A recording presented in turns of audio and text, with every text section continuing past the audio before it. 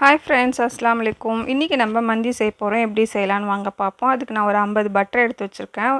Butter எடுத்துகிட்டு அதுக்கப்புறம் நான் நம்ம மந்தி மசாலா இருக்கு இல்லையா, நான் அது டிஸ்கிரிப்ஷனில் உங்களுக்கு போடுறேன். அந்த மந்தி மசாலா ஒரு 3 ஸ்பூன் ஆட் பண்ணிக்கோங்க. அதுக்கப்புறம் இஞ்சி பூண்டு ஒரு 2 ஸ்பூனு, நான் 1 கிலோ சிக்கன் எடுத்திருக்கேன். அதுக்கப்புறம் 2 ஸ்பூன் தயிர் ஆட் பண்ணுறேன். நல்லா கட்டியான தயிரை எடுத்துக்கோங்க. அதுக்கப்புறம் சால்ட்டு ஆட் பண்ணிக்கோங்க. அதுக்கப்புறம் ஒரு 1/2 ஸ்பூன் மஞ்சத்தூள், 1 ஸ்பூன் மிளகாத்தூள் ஆட் பண்ணிக்கோங்க. நம்ம கொஞ்சமாக போட்டுக்கலாம் மிளகாத்தூள், ஏன்னா மிளகுலாம் போட்டிருக்குறோம் நம்ம மந்தி மசாலாவில், அதுவே போதுமானது.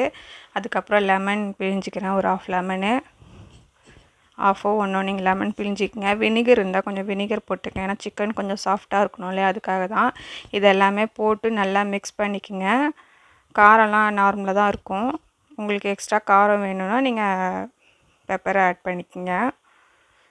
இதுக்கப்புறம் எல்லாம் மிக்ஸ் பண்ணிவிட்டு நம்ம சிக்கனை 1 கிலோ நல்லா கட் பண்ணி வாஷ் பண்ணி வச்சுருக்கோம். அதில் நிறைய நடுவில் கொஞ்சம் கீரல் போட்டு இந்த மசாலாவை எல்லாமே டிப் பண்ணி எல்லாமே ஃபுல் பண்ணிவிட்டு நம்ம ஃப்ரிட்ஜில் வச்சிடலாம். ஒரு 4 ஹவர்ஸ் நல்லா ஊறணும், அப்போ தான் கொஞ்சம் நல்லாயிருக்கும்.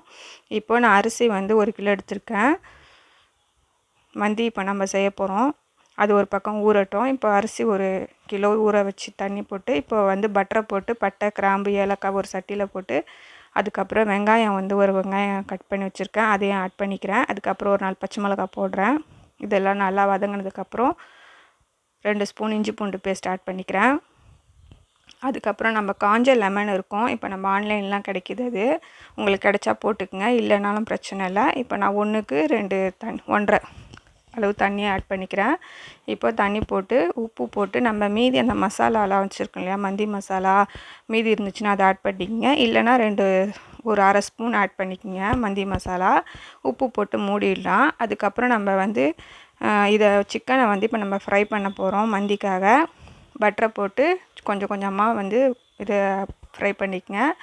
அரிசி நம்ம போட்டுருவோம், தண்ணி கொதிச்சதுக்கப்புறம் போட்டு தம்க்கு லைட்டாக விட்டுருவோம். ஒரு 3/4 பதம் வெந்ததோட பார்த்துட்டே இருங்க. 3/4 பதம் வெந்த உடனே நம்ம இந்த சிக்கன் எல்லாம் ஃப்ரை பண்ணி வச்சுருக்கோம்ல, அதை வச்சிடணும்.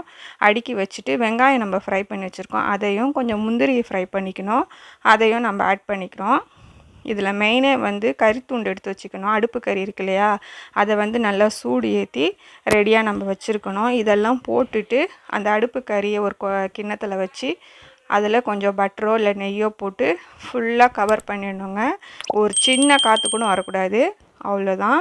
ஒரு 20 நிமிஷம் வச்சுட்டு நம்ம ஆஃப் பண்ணிவிட்டு அதுக்கப்புறம் சர்வ் பண்ணால் எம்மியாக இருக்கும். நல்லாவே வந்துச்சு, நல்லா இருந்தது. இன்ஷா அல்லாஹ் நீங்களும் ட்ரை பண்ணுங்கள்.